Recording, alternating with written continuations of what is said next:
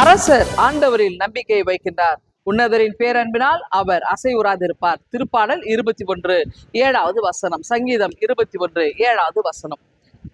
நம் நாட்டிலே முப்படைகள் முக்கியத்துவம் வாய்ந்ததா இருக்குது. அது என்னன்னா, இந்த காலாட்படை மிலிட்ரி, விமானப்படை ஏர்ஃபோர்ஸ், அதே போல கப்பற்படை நேவி.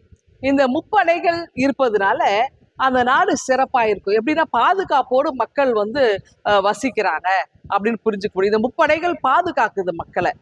இதை தான் உணர்ந்த 3000 ஆண்டுகளுக்கு முன்னாடி தாவீது வாழ்ந்தார். அவருடைய காலத்துல அவர் என்ன பண்றாருன்னா, இதே தான் குதிரைகளை அவர் அதிகமாய் அந்த போருக்காக பயன்படுத்துகின்றார்.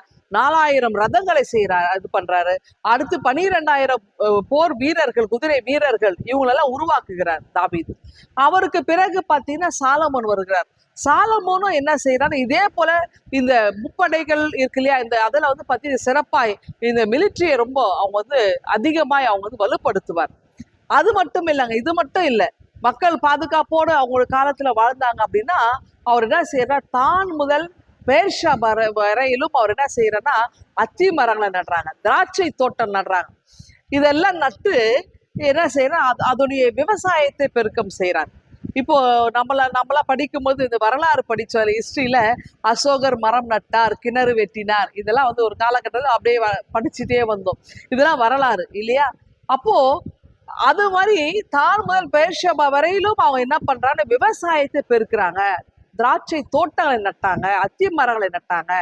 அப்போ மக்களுக்கு அநேகருக்கு வேலை வாய்ப்பு, மக்கள் பசி இல்லாம நிம்மதியா செழுமையாய் வாழ்ந்தாங்க.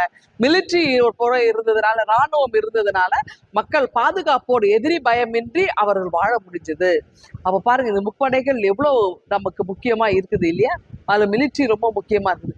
அதனால்தான் நாம கொடுக்கின்ற இந்த வரி பணங்கள் இந்த மிலிட்ரியில இருக்கிறவங்களுக்கு உதவிகரமா இருக்குது. அவங்களுக்காக அதை கொடுக்கறதுக்காக தான் நம்மளுடைய கிட்ட இருந்து இது மாதிரி டாக்ஸ் எல்லாம் கலெக்ட் பண்றாங்க.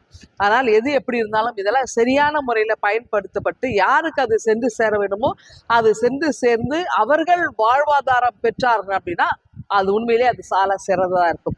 ஆகவே நம்முடைய நாடும் தாவீது சாலமோனுடைய காலத்துல அவங்க எப்படி சந்தோஷமாய் இந்த விவசாயத்தை எல்லாம், மிலிட்ரியோட விவசாயத்தையும் அவங்க பெருக்கம் செய்தாங்க இல்லையா, உருவாக்கினார்கள்.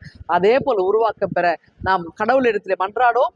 நம்முடைய நாட்டிற்காக இன்றைக்கு கொடி நாள் நம்ம கொண்டாடிட்டு இருக்கோம். 1949 ஆண்டில் இருந்துதான் இந்த கொடி நாள் அப்படின்றது. ஏன்னா அவங்களுக்கெல்லாம் முப்படைகளுக்கு நான் மரியாதை செலுத்து பண்ணமா இது உருவாக்கப்பட்டது. ஆகவே இந்த கொடி நாளை அனுசரிக்கிற நாம இத முப்படையில இருக்கிற ஒவ்வொரு வீரர்களுக்காக அவர்களுடைய தியாகங்கள் நினைத்து நாம் அவர்களுக்காக நாம் மன்றாடுவோம். அவர்களுக்கு உரிய மரியாதையும் கனத்தையும் இந்த நாளை நாம் செலுத்துவோம்.